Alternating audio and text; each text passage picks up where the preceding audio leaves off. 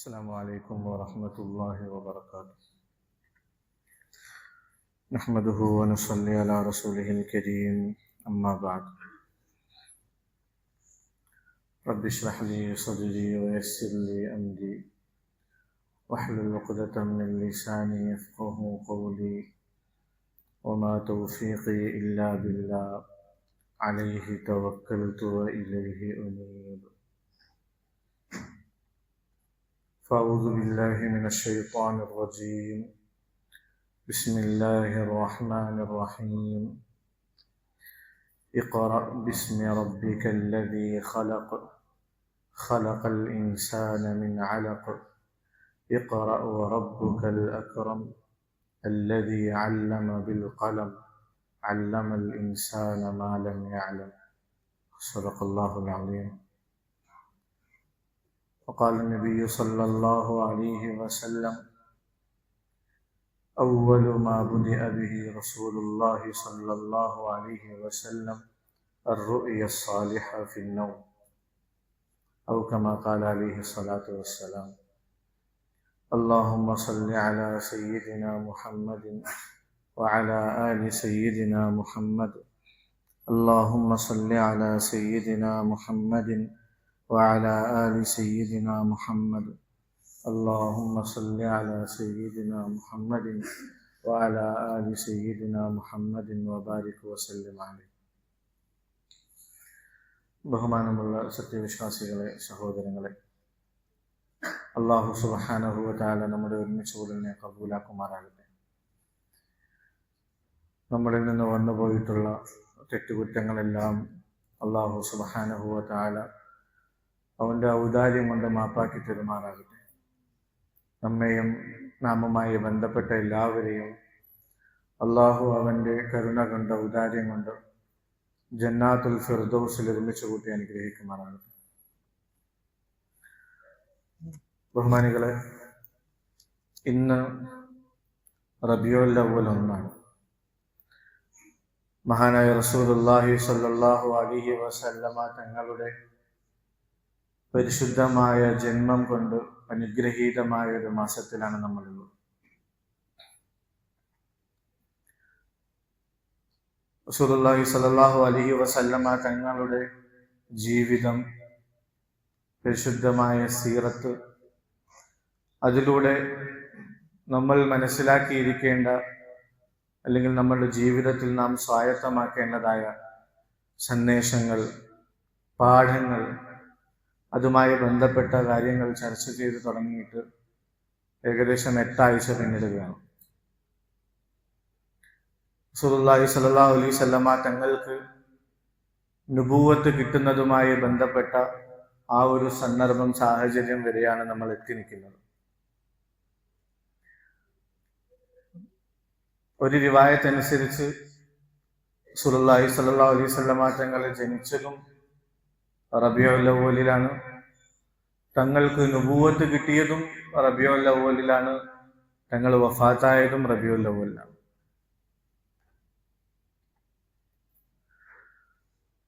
റസൂലുള്ളാഹി സ്വല്ലല്ലാഹു അലൈഹി വസല്ലമ തങ്ങളുടെ ജീവിതം 40 വയസ്സിലേക്ക് എത്തിയതായ സന്ദർഭത്തിൽ അല്ലാഹു സുബ്ഹാനഹു വ തആല തങ്ങൾക്ക് നുബുവത്ത് നൽകാൻ വേണ്ടി തീരുമാനിച്ചു. നുബുവത്തിന് മുമ്പായിട്ട്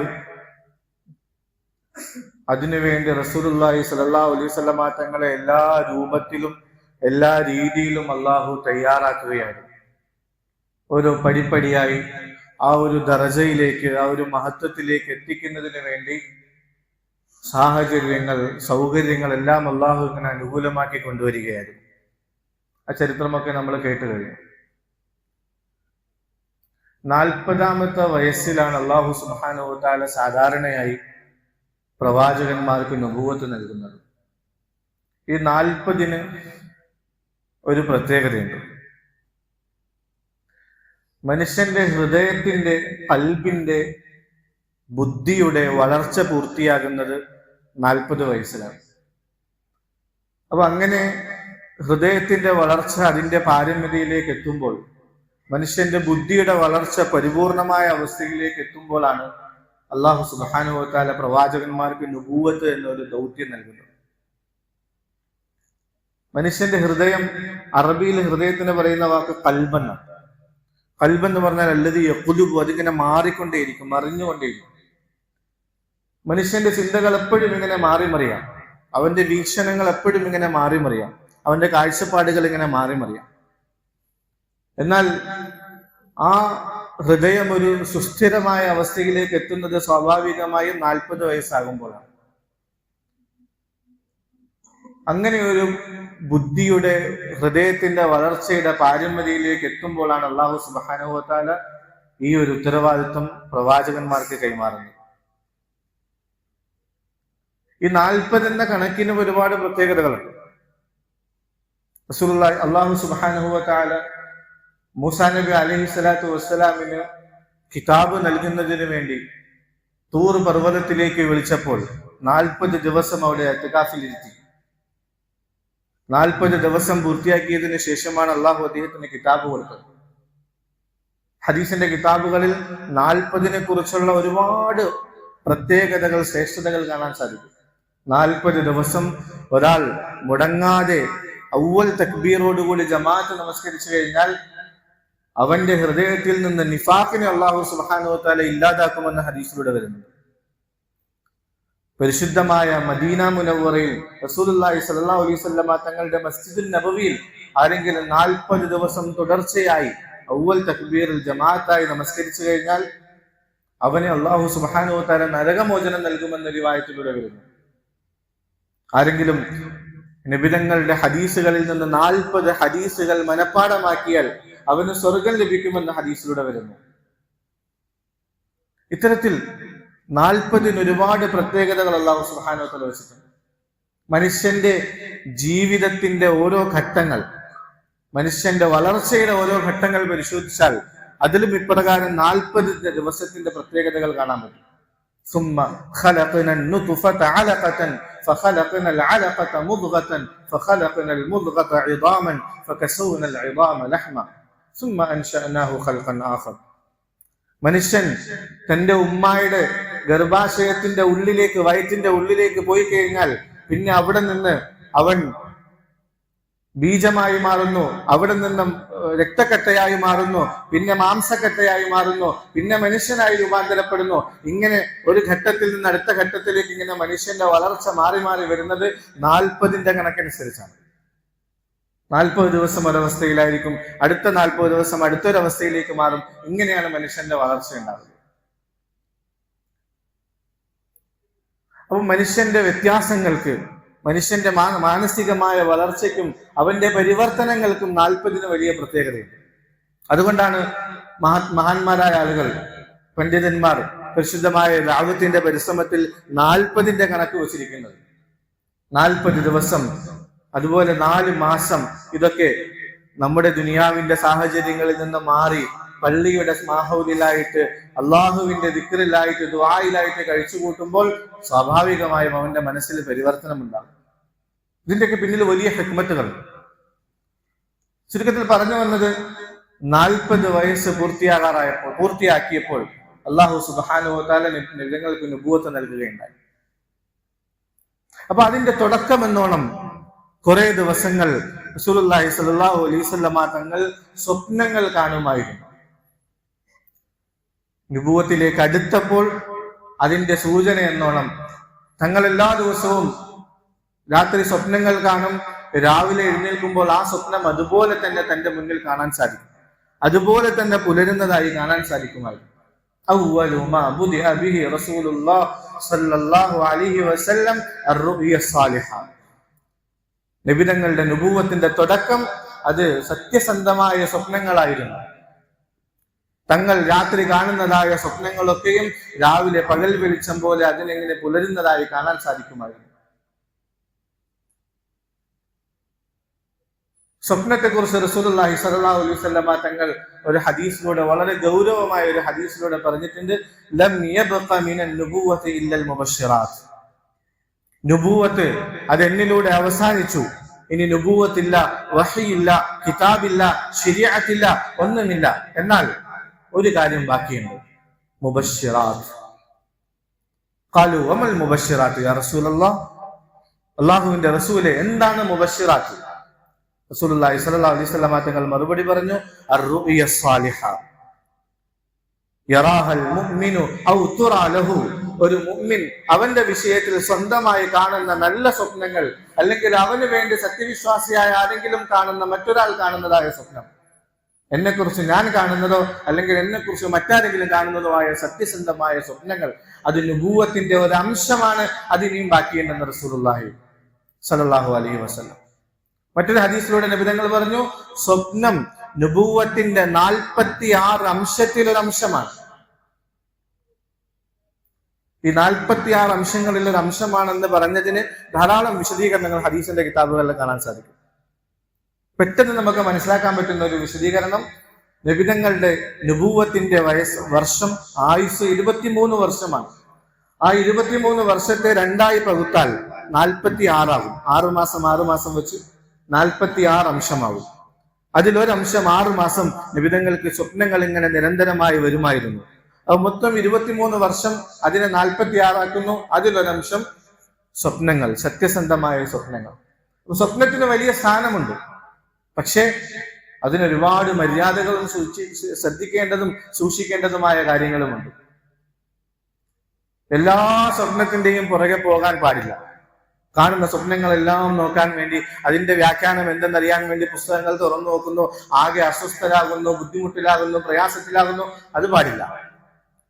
സ്വപ്നങ്ങൾ തന്നെ പലതരമുണ്ട്. പ്രധാനമായ സ്വപ്നം 3 തരമാണ്. ഒന്ന് ശൈത്താനി, പിശാചിന്റെ ഭാഗത്തു നിന്നും നമ്മുടെ മനസ്സിലേക്ക് തോന്നിപ്പിച്ചു തരുന്നതായ സ്വപ്നങ്ങൾ ഉണ്ടാവും.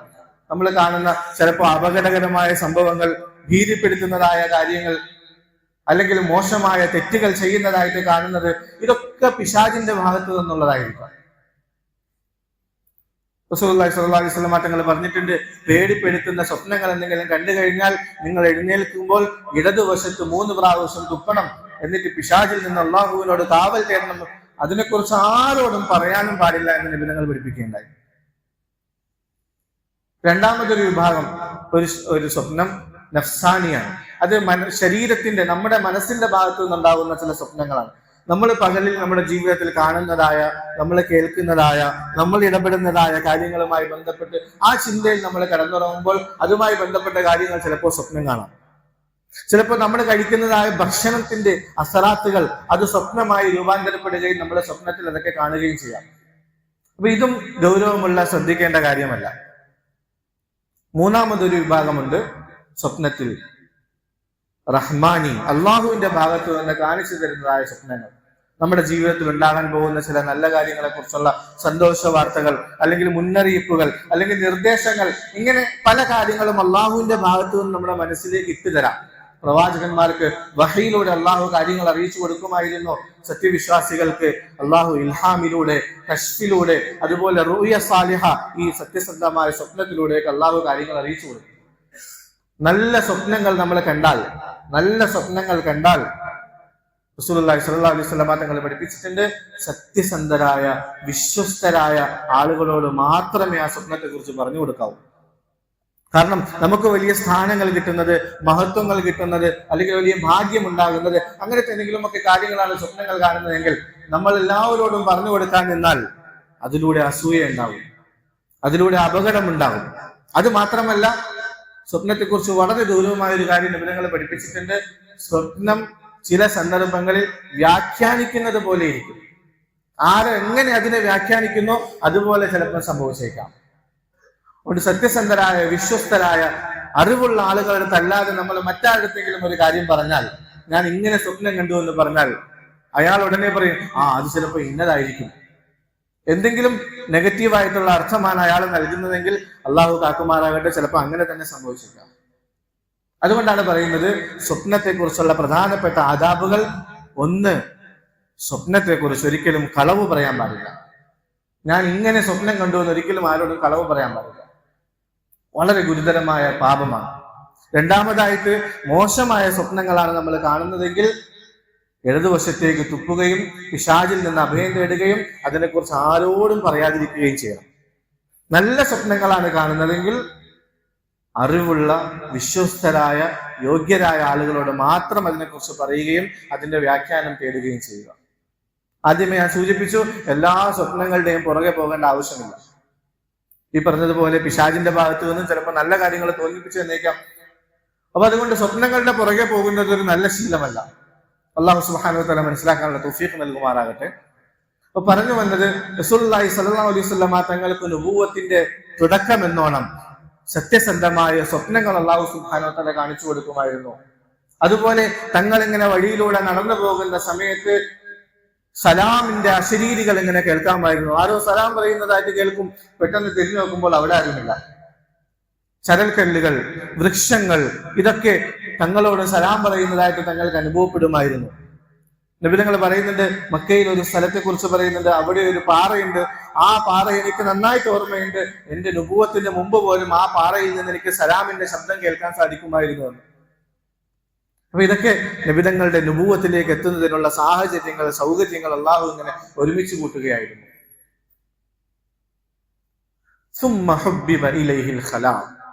ഇങ്ങനെ സ്വപ്നങ്ങൾ ഇങ്ങനെ നിരന്തരമായി കാണാൻ തുടങ്ങിയതിനു ശേഷം പിന്നീട് റസൂലുള്ളാഹി സ്വല്ലല്ലാഹു അലൈഹി വസല്ലമ തങ്ങൾക്ക് ഏകാന്തതയിൽ അള്ളാഹുവിന്റെ സ്മരണയിൽ ഇങ്ങനെ കഴിഞ്ഞുകൂടുന്നത് വലിയ താല്പര്യമായി മാറി.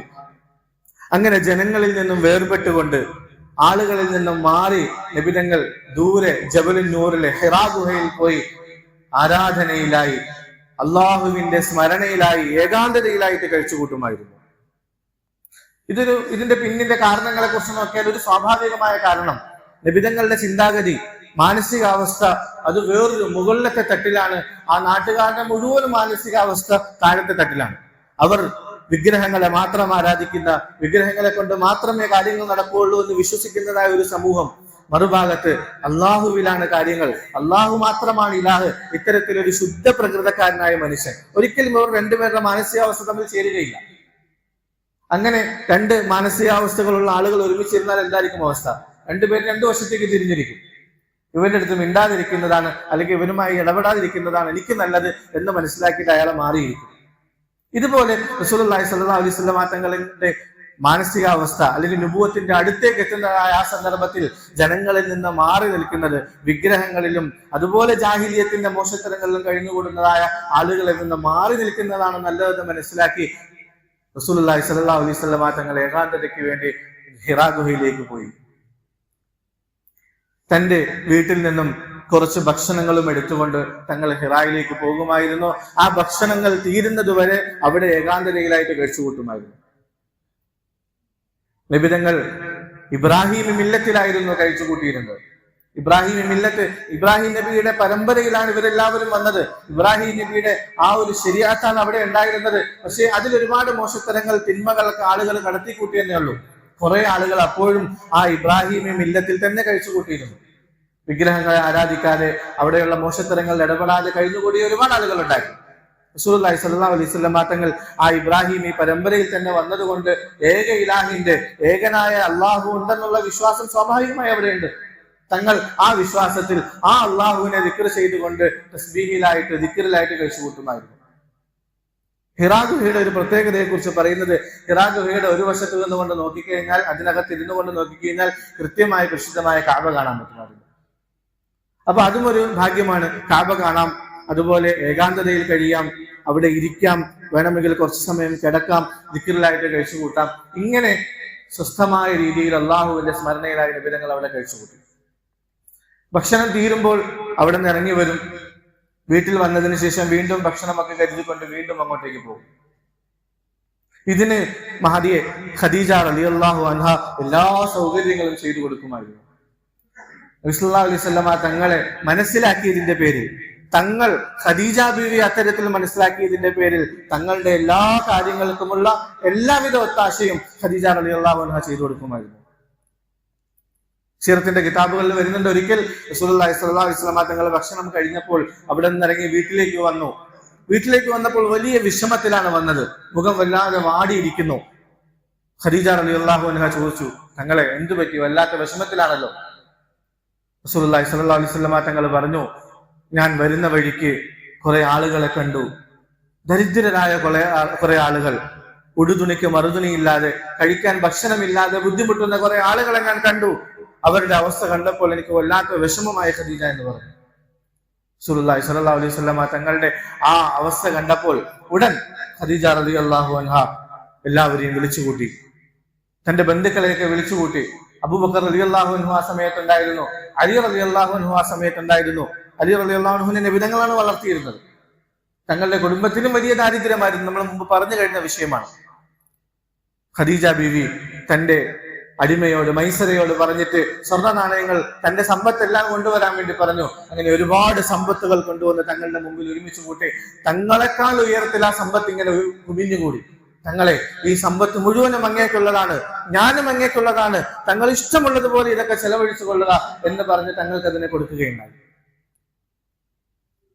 അപ്പൊ ഈ രീതിയിൽ ഖദീജ റളിയല്ലാഹു അൻഹ നബിതങ്ങളെ അങ്ങേയറ്റം അനുസരിക്കുകയും തങ്ങളോട് തങ്ങൾക്ക് വേണ്ടി എല്ലാ രീതിയിലും അർപ്പിക്കുകയും ചെയ്ത സ്ത്രീയായിരുന്നു.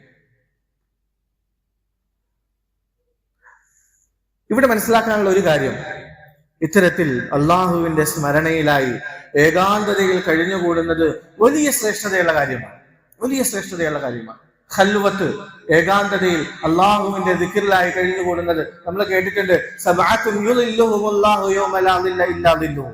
അള്ളാഹുവിന്റെ തണലല്ലാത്ത മറ്റൊരു തണലുമില്ലാത്തതായ മഹ്ശറ മൈതാനിയിൽ അള്ളാഹു 7 വിഭാഗം ആളുകൾക്ക് അവന്റെ അർശിന്റെ തണൽ നൽകുമെന്ന് ഹദീസിൽ വരുന്നു. അതിലൊരു വിഭാഗം റജുലുൻ ദക്കറല്ലാഹ ഖാലിയൻ ഫഫാലത ഐനാഹു. അള്ളാഹുവിനെ ഓർത്തുകൊണ്ട് ഏകാന്തതയിൽ ഇരുന്ന് കണ്ണുനീരൊലിപ്പിക്കുന്നതായ വ്യക്തി, അവൻ അള്ളാഹു സുബ്ഹാനഹു വ തആല അർശിന്റെ തണൽ കൊടുക്കുന്നതാണ്. അപ്പൊ ഏകാന്തതയിൽ ഇരുന്നു കൊണ്ട് സ്വസ്ഥമായ മനസ്സോടുകൂടി എല്ലാ തിരക്കുകളിൽ നിന്നും മാറിയിരുന്നുകൊണ്ട് അള്ളാഹുവിനെ കുറിച്ച് ചിന്തിച്ച് അള്ളാഹുവിനെ മാത്രം ഓർമ്മിച്ചുകൊണ്ട് ഇങ്ങനെ കണ്ണുനീരൊലിപ്പിക്കുന്നത് അള്ളാഹുവിന് വലിയ ഇഷ്ടമാണ്, വലിയ ഇഷ്ടമാണ്. മുഅ്മിനീങ്ങളുടെ വിശേഷണങ്ങൾ പറയുന്ന കൂട്ടത്തിൽ പരിശുദ്ധമായ ഖുർആനിൽ വരുന്നുണ്ട്, വബിൽ അസ്ഹാരി ഹും യസ്തഗ്ഫിറൂൻ. സഹറിന്റെ സമയത്ത്, രാത്രിയുടെ അവസാന യാമത്തിൽ ഉണർന്നിരുന്നുകൊണ്ട് അള്ളാഹുവിനോട് പാപമോചനം തേടിക്കൊണ്ട് കരയുന്നതായ സത്യവിശ്വാസികൾ അള്ളാഹുവിന് വലിയ ഇഷ്ടമാണ്. വബിൽ അസ്ഹാരി ഹും യസ്തഗ്ഫിറൂൻ വമിനൽ ലൈലി ഫതഹജ്ജദ് ബിഹി നാഫിലതൻ ലക. രാത്രിയുടെ അവസാന യാമത്തിൽ താങ്കൾ എഴുന്നേറ്റ് തഹജ്ജുദ് നമസ്കരിക്കുക എന്ന് റസൂലുള്ളാഹി സ്വല്ലല്ലാഹു അലൈഹി വസല്ലം തങ്ങളോട് പോലും അള്ളാഹു കൽപ്പിക്കുകയുണ്ടായി. ഈ ഉമ്മത്തിന് അള്ളാഹു അതിനെ സുന്നത്താക്കുകയുണ്ടായി. നമുക്കുമുണ്ട് ഖൽവത്ത്. തഹജ്ജുദിന്റെ സമയത്ത് സ്വല്ലു ബില്ലൈൽ വന്നാസു നിയാം, ജനങ്ങൾ എല്ലാവരും ഉറങ്ങുന്നതായ സമയത്ത് നീ എഴുന്നേറ്റ് നിന്ന് അള്ളാഹുവിന്റെ മുമ്പിൽ കൈകെട്ടി ദുആ ചെയ്യുക, കരയുക, അള്ളാഹുവിനോട് പാപമോചനം തേടുക എന്ന് റസൂലുള്ളാഹി സ്വല്ലല്ലാഹു അലൈഹി വസല്ലം തങ്ങൾ പഠിപ്പിക്കുകയുണ്ടായി. അള്ളാഹു സുബ്ഹാനഹു വ തആല രാത്രിയുടെ അവസാന യാമമാകുമ്പോൾ ആകാശത്തിലേക്ക്, ഒന്നാം ആകാശത്തിലേക്ക് ഇറങ്ങി വരും. എന്നിട്ട് അള്ളാഹു ചോദിക്കും, പാപമോചനം തേടുന്നവരുണ്ടോ? ചോദിക്കും, ഞാൻ പാപം പുറത്തു തരാം. ആവശ്യങ്ങൾ പൂർത്തീകരിക്കാൻ ആവശ്യപ്പെടുന്നവരുണ്ടോ? ചോദിക്കും, ഞാൻ പൂർത്തീകരിച്ചു തരാം. ഇത്തരത്തിൽ അള്ളാഹു കൈകൾ നീട്ടിക്കൊണ്ട് സമൂഹത്തോട്, മുഅ്മിനീങ്ങളോട് ചോദിക്കുമെന്ന് ഹദീസിലൂടെ വരുന്നുണ്ട്. ആ സമയത്ത് നമ്മൾ കിടന്നുറങ്ങിയാലുള്ള അവസ്ഥ എന്താവും? ബഹുമാനികളെ, തഹജ്ജുദ് നമസ്കാരം അള്ളാഹുവിനോടുള്ള ഏകാന്തതയിൽ കഴിച്ചുകൂട്ടാനുള്ള ഏറ്റവും നല്ല വഴിയാണ്. ആ സമയം ഏകാന്തമായ സമയമാണ്, സ്വസ്ഥമായ സമയമാണ്, അള്ളാഹുവിന് ഏറ്റവും ഇഷ്ടപ്പെട്ട സമയവുമാണ്. എഴുന്നേറ്റിരുന്ന് 2 റക്അത്ത് നമസ്കരിച്ച് നമുക്ക് കഴിയുന്നത് പോലെ പരിശുദ്ധമായ ഖുർആൻ ഓതി നമസ്കരിച്ച് അള്ളാഹുവിനോട് കൈകൾ നീട്ടി ദുആ ചെയ്താൽ എന്താ കിട്ടാത്തത്? അള്ളാഹുവിന് ഇഷ്ടപ്പെടുന്ന സമയത്ത് നമ്മൾ ചോദിക്കണം. നമ്മളുടെ എന്തെങ്കിലുമൊക്കെ കാര്യങ്ങൾ നടപ്പിലാക്കാൻ വേണ്ടി നമ്മൾ ആളുകളെ, ഉയർന്ന ആളുകളെ കാണാൻ വേണ്ടി പോകുമ്പോൾ അവരുടെ മൂഡ് നോക്കിയിട്ട്, അവരുടെ മാനസികാവസ്ഥ നോക്കിയിട്ട്, അവരുടെ ഫ്രഷ് മൈൻഡ് എപ്പോഴാണെന്ന് നോക്കിയിട്ട് ആ സമയം നോക്കി നമ്മൾ അവരുടെ അടുത്ത് പോവുകയും ആ രീതിയിൽ കാര്യങ്ങൾ അവതരിപ്പിക്കുകയും ചെയ്യും. എന്തിനാണ്? കാര്യങ്ങൾ പെട്ടെന്ന് നടപ്പിലാക്കാൻ വേണ്ടി. രാജാതിരാജനായ അല്ലാഹു സുബ്ഹാനഹു വ തആല നിങ്ങൾ ചോദിക്കുന്നത് എന്തും തരാമെന്ന് പറഞ്ഞ് ഇങ്ങനെ കൈകൾ നീട്ടിയിരിക്കുന്നു തഹജ്ജുദിന്റെ സമയത്ത്, സുബഹിയുടെ ബാങ്കിന് മുമ്പുള്ളതായ സമയത്ത്. പക്ഷെ ചോദിക്കാൻ നമ്മളില്ല. ആ സമയത്ത് നമ്മൾ കിടന്നുറങ്ങുകയാണെങ്കിൽ അല്ലാഹു അക്ബർ. അതുകൊണ്ട് ബഹുമാനികളെ, തഹജ്ജുദിന്റെ ശീലം നമ്മൾ ഉണ്ടാക്കിയെടുക്കണം. തഹജ്ജുദിന്റെ ശീലം നമ്മൾ ഉണ്ടാക്കിയെടുക്കണം. അത്രയും പുണ്യമായ ഇബാദത്താണ്. നമ്മുടെ കാര്യങ്ങൾ അള്ളാഹുവിനോട് ചോദിച്ച് നേടിയെടുക്കാനുള്ള ഏറ്റവും നല്ല സമയവുമാണ്. അള്ളാഹു തരാമെന്ന് വാഗ്ദാനം ചെയ്ത സമയവുമാണ്. വമിനൽ ലൈലി ഫതഹജ്ജദ് ബിഹി നാഫിലതൻ ലക. ഇത്തരത്തിൽ ഏകാന്തതയിൽ കഴിച്ചുകൂട്ടി കഴിഞ്ഞാൽ നമ്മുടെ പാപങ്ങളെ കുറിച്ച് ചിന്തിക്കാൻ നമുക്ക് സാധിക്കും. ഹാസിബു ഖബ്ല അൻ തുഹാസബു ബിക്കും, നിങ്ങളെ വിചാരണ ചെയ്യുന്നതായ ഒരു ദിവസം വരുന്നതാണ്. അതിനു മുമ്പായിട്ട് നിങ്ങൾ സ്വന്തം നിങ്ങളെ കുറിച്ച് വിചാരണ ചെയ്യും. ഇഖ്റഅ കിതാബക കഫാ ബിനഫ്സിക അൽയൗമ അലൈക ഹസീബ. അവിടെ മഹ്ശറയിൽ നമ്മുടെ കൈകളിലേക്ക് കിതാബ് തന്നിട്ട് പറയും, നീ തന്നെ വായിച്ചു നോക്ക്, നിന്റെ വിഷയത്തിൽ തീരുമാനം പറയാൻ ഇന്ന് നീ തന്നെ മതിയായതാണ്. ഇത് വായിച്ചു നോക്കുമ്പോൾ നിനക്ക് തന്നെ മനസ്സിലാകും നീ വിജയിയാണോ പരാജയിയാണോ എന്ന്. അത്തരത്തിൽ മഹ്ശറയിൽ നമ്മുടെ കൈകളിലേക്ക് നമ്മുടെ കിതാബുകൾ, നമ്മുടെ നന്മ തിന്മകൾ എഴുതിയ കിതാബുകൾ നൽകപ്പെടുമെന്ന പരിശുദ്ധമായ ഖുർആൻ റസൂലുള്ളാഹി സ്വല്ലല്ലാഹു അലൈഹി വസല്ലം തങ്ങൾ പറഞ്ഞു, ആ ഒരു ദിവസം വരുന്നതിന് മുമ്പായി നിങ്ങൾ സ്വന്തമായി നിങ്ങളെ കുറിച്ച് വിചാരണ ചെയ്യണം. ഹാസിബു ഖബ്ല അൻ തുഹാസബു ബിക്കും, നിങ്ങളുടെ അമലുകളെ തൂക്കപ്പെടുന്നതായ ഒരു ദിവസം വരും. അതിനു മുമ്പായി നിങ്ങൾ സ്വന്തമായിട്ട് നിങ്ങളുടെ അമലുകളെ ഒന്ന് വിലയിരുത്തി നോക്കുക.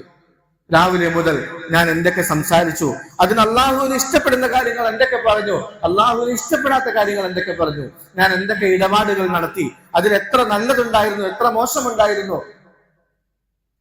എത്ര കളവ് ഞാൻ പറഞ്ഞു, എത്ര മോശത്തരങ്ങൾ പറഞ്ഞു, എത്ര അസഭ്യവാക്കുകൾ ഞാൻ പറഞ്ഞു. ഇത്തരത്തിൽ ഏകാന്തതയിൽ കഴിയുന്ന സമയത്താണ് നമ്മളുടെ പാപങ്ങളെ കുറിച്ചുള്ള ചിന്തകൾ നമുക്ക് വരുന്നത്. ഇല്ലെങ്കിൽ നമുക്ക് വലിയ വലിയ ശുഭാപ്തി വിശ്വാസത്തിലാണ് നമ്മൾ എല്ലാവരും. ഞാൻ ഓക്കെയാണ്, ഞാൻ നമസ്കരിക്കുന്ന ആളാണ്, ദിക്ർ ചെയ്യുന്ന ആളാണ്, ഇബാദത്ത് ചെയ്യുന്ന ആളാണ്, എന്റെ വിജയം ഉറപ്പ് തന്നെയാണ്. ഇത്തരത്തിൽ ചിന്തയിൽ ഒരിക്കലും കഴിയാൻ പാടില്ല നമ്മൾ. റജാ, അതുപോലെ തന്നെ ഖൗഫ്, ഒരേ സമയത്ത് അങ്ങേയറ്റത്തെ പേടിയും ഉണ്ടാകണം, അതേ സമയത്ത് തന്നെ അങ്ങേയറ്റത്തെ പ്രതീക്ഷയും ഉണ്ടാകണം. നമ്മൾ വലിയ പ്രതീക്ഷയിൽ മാത്രമാണ് കഴിഞ്ഞുകൂടുന്നത്. നമ്മളുടെ പാപങ്ങളെ കുറിച്ചോ തിന്മകളെ കുറിച്ചോ ഉള്ള ഒരു പേടിയും നമുക്ക് ഉണ്ടാവുന്നില്ല. ഓരോ ദിവസത്തിൽ അള്ളാഹുവിന് ഇഷ്ടപ്പെടാത്ത എന്തൊക്കെ കാര്യങ്ങൾ ഞാൻ ചെയ്തു, അള്ളാഹുവിന് ഇഷ്ടപ്പെടുന്ന എന്തൊക്കെ കാര്യങ്ങൾ ഞാൻ ചെയ്തു, ഇതിനെ വിലയിരുത്താൻ വേണ്ടി ഒരു സമയം നമ്മൾ തീരുമാനിക്കണം. അതിന് ഏറ്റവും നല്ല സമയം തഹജ്ജുദിന്റെ സമയമാണ്. നമ്മൾ ഒരു ദിവസത്തിൽ മുഴുവനും ചെയ്തതായ കാര്യങ്ങളെ കുറിച്ച് ചിന്തിച്ചു നോക്കാൻ നമുക്ക് സാധിക്കണം. അപ്പോഴേ എത്ര പാലുണ്ട്, എത്ര വെള്ളമുണ്ട് എന്ന് നമുക്ക് മനസ്സിലാക്കാൻ പറ്റുകയുള്ളൂ. എത്ര കലർപ്പുള്ളതാണ്, എത്ര പരിശുദ്ധമായതാണ് നമ്മുടെ ജീവിതം നമുക്ക് മനസ്സിലാക്കാൻ സാധിക്കുകയുള്ളൂ. അങ്ങനെ ഒരു പ്രവൃത്തി അല്ലെങ്കിൽ അങ്ങനെ ഒരു ചിന്ത നമുക്ക് ഇല്ലാത്തത് കൊണ്ടാണ് വലിയ സ്വസ്ഥമായി നമ്മൾ ഇങ്ങനെ നടക്കുന്നത്. ഒരു അമല് നഷ്ടപ്പെട്ടാലും നമുക്ക് പേടിയില്ല, ഒരു നമസ്കാരം നഷ്ടപ്പെട്ടാലും നമുക്ക് പേടിയില്ല, ഒരു ഇബാദത്ത് നഷ്ടപ്പെട്ടാലും നമുക്ക് പേടിയില്ല. എന്താ, നമ്മുടെ മുമ്പിൽ ഒരുപാട് ചിന്തകൾ ഇങ്ങനെയുണ്ട്. ഞാൻ അത് ചെയ്തു, ഇത് ചെയ്തു, അങ്ങനത്തെ ആളാണ്, ഇങ്ങനത്തെ ആളാണ്. എത്ര ഉറപ്പുണ്ട് നമുക്ക് നമ്മൾ ചെയ്ത ഇബാദത്തുകൾ സ്വീകരിക്കപ്പെട്ടോ ഇല്ലേ എന്ന്? നമ്മളുടെ പാപങ്ങൾ എത്ര വലിയ ഗൗരവത്തിൽ അള്ളാഹു എടുത്തു എന്ന് നമുക്ക് എത്ര വിശ്വാസമുണ്ട്, എത്ര ഉറപ്പുണ്ട്. അതുകൊണ്ട് ഏകാന്തതയിൽ കഴിഞ്ഞുകൊണ്ട് ഏകാന്തതയിൽ ഇരുന്നുകൊണ്ട് പാപങ്ങളെ കുറിച്ചോർത്ത് അള്ളാഹുവിനെ കുറിച്ചോർത്ത് കരയാൻ നമുക്ക് സാധിക്കണം. റസൂലുള്ളാഹി സ്വല്ലല്ലാഹു അലൈഹി വസല്ലം തങ്ങൾ നബുവത്ത് കിട്ടുന്നതിന് മുമ്പേ തന്നെ ഈ ഒരു വിശേഷണവും ഈ ഒരു സ്വഭാവവും പ്രകൃതവുമുള്ള ആളായിരുന്നു. ഏകാന്തതയിൽ കഴിയുമ്പോൾ ഒന്നാമതായി നമ്മുടെ പാപങ്ങളെ കുറിച്ചുള്ള ബോധം നമുക്കുണ്ടാകും. ഇത്രയും പാപങ്ങൾ എന്റെ ജീവിതത്തിൽ ഉണ്ടായിട്ടുണ്ട്, ഇത്ര കുറവ് നന്മകൾ എനിക്ക് ഉണ്ടായിട്ടുണ്ട്, ഇത്ര കൂടുതൽ തിന്മകൾ ഉണ്ടായിട്ടുണ്ടെന്ന് തിരിച്ചറിയാൻ നമുക്ക് സാധിക്കും. അതിലൂടെ നമുക്ക് രണ്ടാമതായി തൗബയുടെ ഭാഗ്യമുണ്ടാകും.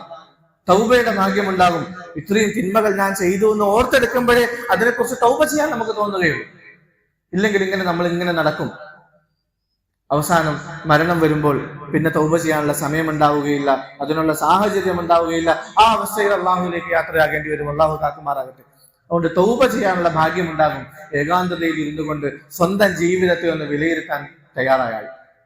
മൂന്നാമതായി അള്ളാഹുവിനോടുള്ള ശുക്ർ ഉണ്ടാകും നമുക്ക്.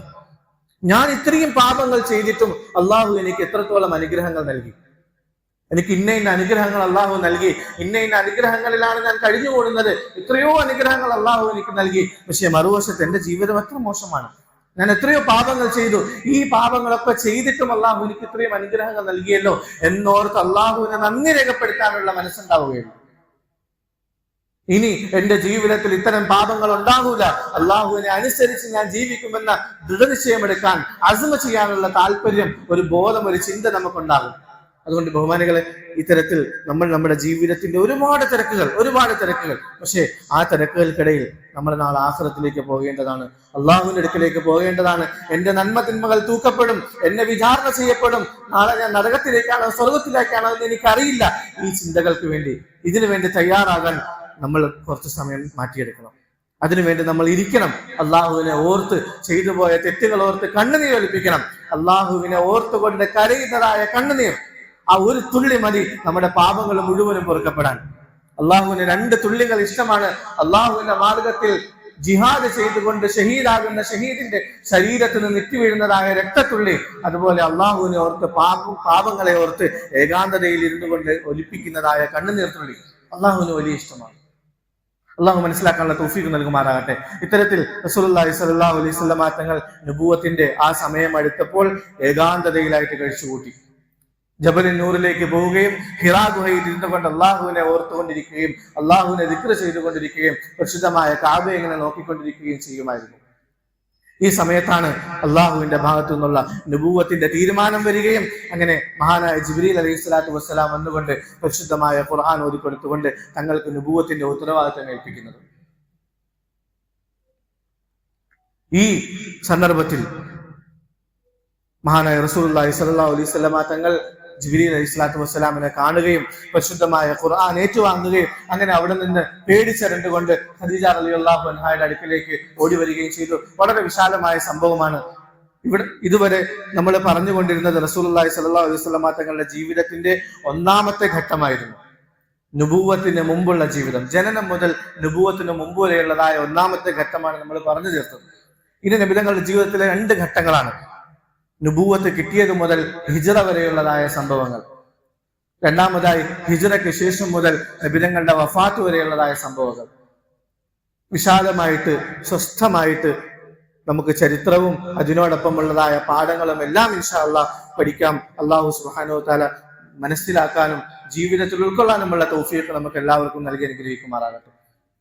മറ്റൊരു വിഷയം ഉണർത്താനുള്ളത്, ഈ അടുത്ത ദിവസങ്ങളിൽ നമുക്കൊക്കെ അറിയാവുന്നതുപോലെ മഴയുടെയും വെള്ളത്തിന്റെയും ഒക്കെ കെടുതി ഉണ്ടാവുകയും ഒരുപാട് മനുഷ്യർ അതിന്റെ പേരിൽ ബുദ്ധിമുട്ടിലും പ്രയാസത്തിലും ഒക്കെ കഴിയുകയും ചെയ്യുന്നുണ്ട്. ഒരൊറ്റ നിമിഷം കൊണ്ട് കോടിക്കണക്കിന് രൂപയുടെ നഷ്ടം സംഭവിച്ച് ആകെ നഷ്ടത്തിലായി പോയ ആളുകളെ നമുക്കറിയാം.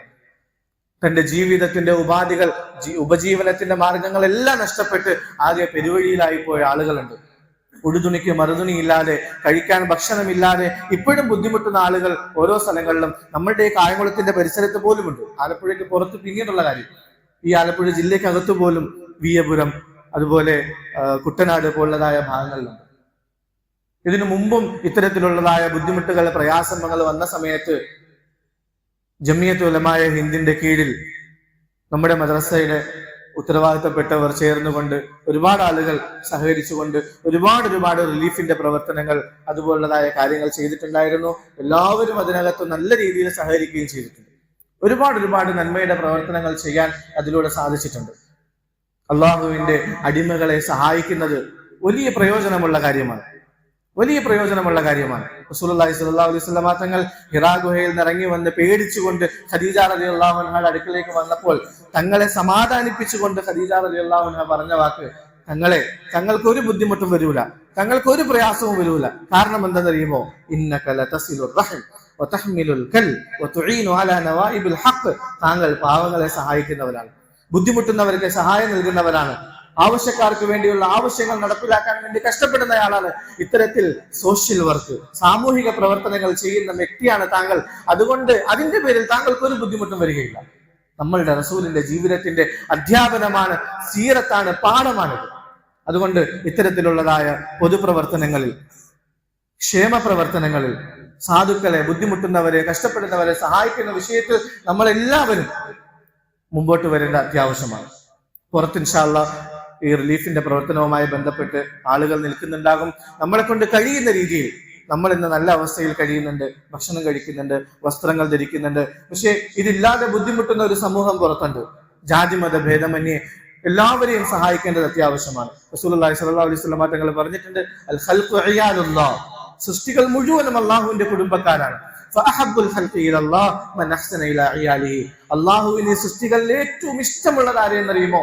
അള്ളാഹുവിന്റെ സൃഷ്ടികൾക്ക് ഉപകാരം ചെയ്യുന്നവരെയാണ് അള്ളാഹുവിന് ഏറ്റവും കൂടുതൽ ഇഷ്ടം. അതുകൊണ്ട് ജാതിമത ഭേദമന്യേ എല്ലാവരെയും സഹായിക്കേണ്ടത് സത്യവിശ്വാസികളുടെ ബാധ്യതയാണ്. റസൂലുള്ളാഹി സ്വല്ലല്ലാഹു അലൈഹി വസല്ലം തങ്ങൾ പറഞ്ഞിട്ടുണ്ട്, കാനല്ലാഹു ഫീ ഔനി അബ്ദിഹി മാ കാനൽ അബ്ദു ഫീ ഔനി അഖീ. ഒരു മനുഷ്യൻ അവനവന്റെ സഹോദരനെ സഹായിച്ചു കൊണ്ടിരിക്കുന്ന സമയത്തൊക്കെയും അള്ളാഹു അവരെ സഹായിക്കുന്ന തിരക്കിലായിരിക്കും. നമ്മൾ മറ്റുള്ളവരെ സഹായിക്കാൻ വേണ്ടി തയ്യാറായി കഴിഞ്ഞാൽ, നമ്മൾ കൊടുക്കുന്നത് ഒരു 100 രൂപയാണെങ്കിൽ, നമ്മൾ കൊടുക്കുന്നത് 500 രൂപയാണെങ്കിൽ, നമ്മളുടെ പോക്കറ്റിൽ നിന്ന് കുറയുകയല്ല ചെയ്യുന്നത്, നമ്മളെ സഹായിക്കുന്ന തിരക്കിലായിരിക്കും ആ സമയത്തൊക്കെയും അള്ളാഹു എന്ന് റസൂലുള്ളാഹി സ്വല്ലല്ലാഹു അലൈഹി വസല്ലം തങ്ങൾ പഠിപ്പിച്ചു. അതുകൊണ്ട് നഷ്ടത്തിന്റെ വഴിയല്ല, ലാഭത്തിന്റെ മേൽ ലാഭത്തിന്റെ വഴി മാത്രമാണ്. അള്ളാഹു സുബ്ഹാനഹു വ തആല അമൽ ചെയ്യാനുള്ള തൗഫീഖ് നൽകുമാറാകട്ടെ. അതുകൊണ്ട് മസ്ജിദിൽ നിന്ന് പുറത്തേക്ക് ഇറങ്ങുമ്പോൾ എല്ലാവരും ഈ പരിശ്രമത്തിൽ പങ്കാളികളായിക്കൊണ്ട് കഴിയുന്ന രീതിയിൽ സഹായിക്കുക. അള്ളാഹു നല്ല തൗഫീഖ് നൽകുമാറാകട്ടെ. ആഖിറു ദഅവാനാ അൽഹംദുലില്ലാഹി റബ്ബിൽ ആലമീൻ. അസ്സലാമു അലൈക്കും വറഹ്മത്തുള്ളാഹി വബറകാതുഹു.